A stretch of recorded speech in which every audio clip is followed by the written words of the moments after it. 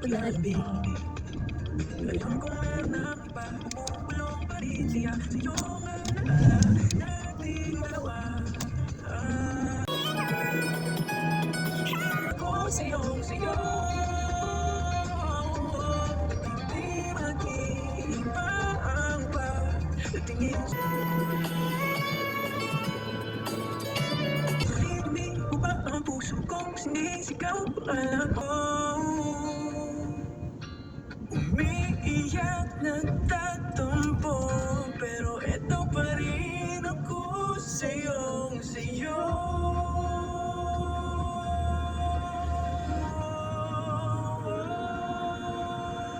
Narinig mo ba ang puso kong sinisigaw?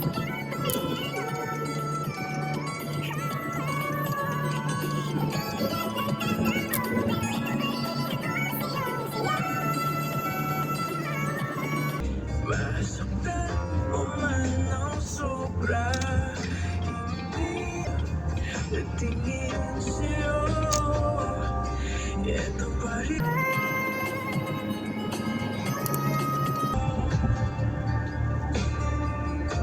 Masaya sa wala ng mundo'y gagaan. Bakit ikaw sa'yo?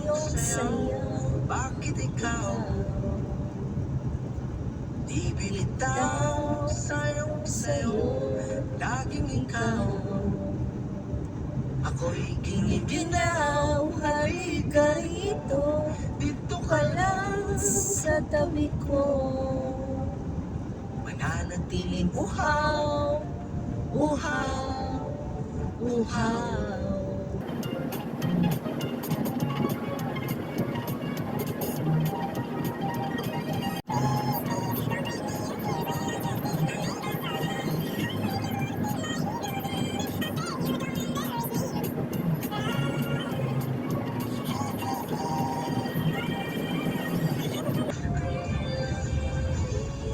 Please, please, don't cry.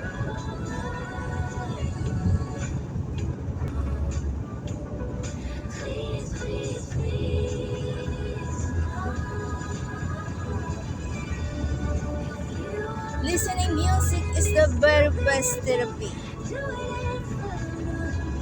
while driving.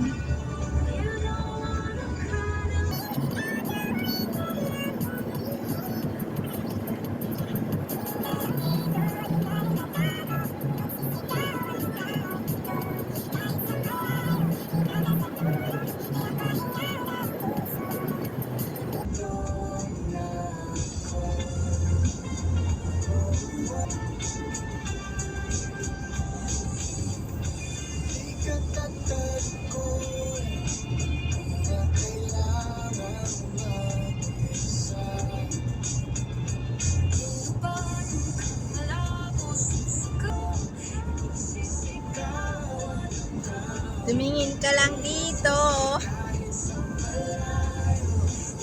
Malapit pa na malayo.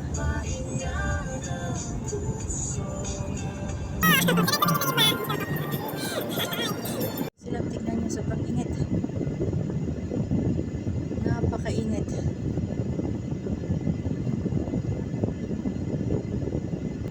Ako na lang yata nahuli. Wala na naman akong parkingan sa school. Ang hirap kaya ng parkingan.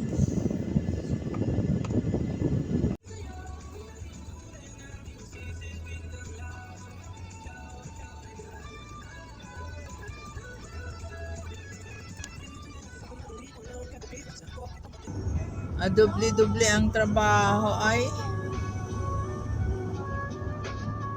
Ayan, sunduan na naman tayo sa Dubai.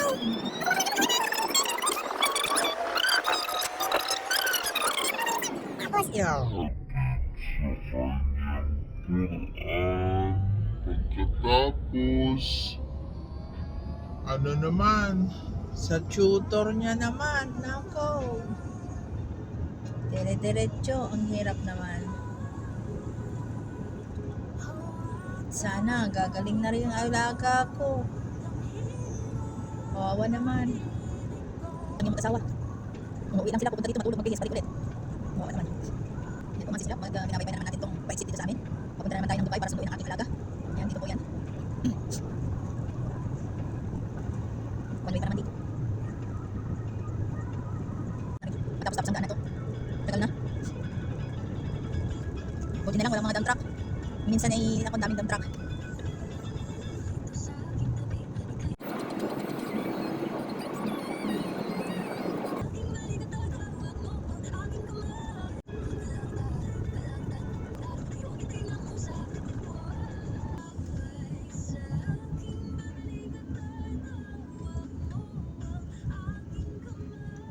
Ayan, mag-exit po tayo dito. Papuntang Dubai. Ayan po, masisilap.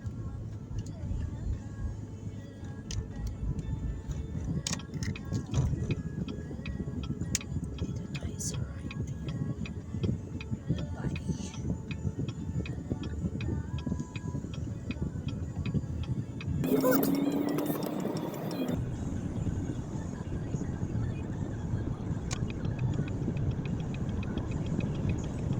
Sila dito ay Al in Dubai Road. So, bebeyin na natin ang ayan mga sasilab. Papalik na naman tayo ng Dubai. Sunduin ang aking alaga na isa. At tapos ko lang nasundo yung alaga ko na isa. At dinala ko dun sa bahay ng kanyang tita dahil wala pong magbabantay sa kanya sa bahay. Dahil ang tatay at nanay niya ay nasa hospital. Ayan, lagyan natin ng ano dito kasi ang init. Masakit sa side ng mata ko. Ano ba yun?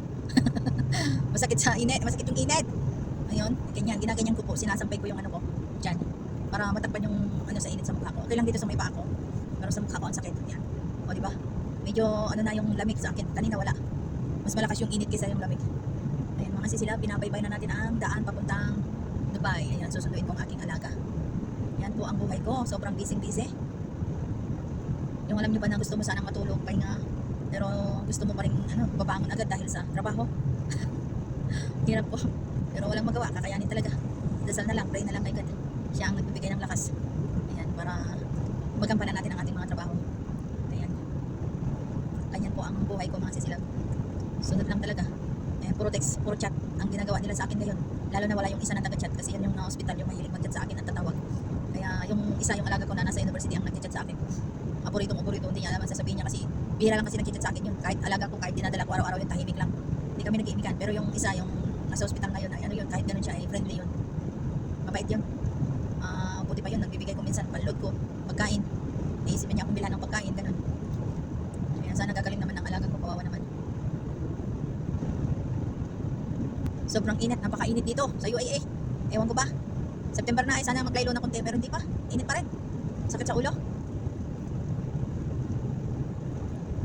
Yan lang po mga sisilab, drive mode muna tayo kasi malayo pa itong biyahe natin. Kailangan makarating tayo doon ng 2:30. Ayan, alas 2 na.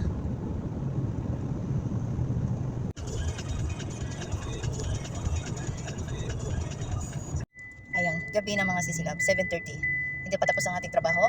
So, susunduin natin ang aking alaga dahil hinatid ko siya sa kanyang tutor. Ito po yung last na trabaho ko kung wala na silang ibang utos. Pero sana wala na dahil dire-diretso po talaga ang aking drive umaga hanggang gabi. Ayan, 7:30 po. Pero kung minsan, emergency, hanggang alas 10, alas 11 talaga yan. Ayan po ang buhay ko. Kaya ayan, pasensya kayo kasi ganito po talaga. Umaga hanggang gabi. 7 to 7:30. Kunti lang pong pahinga ko. Sa umaga lang, siguro mga 1.5 hour.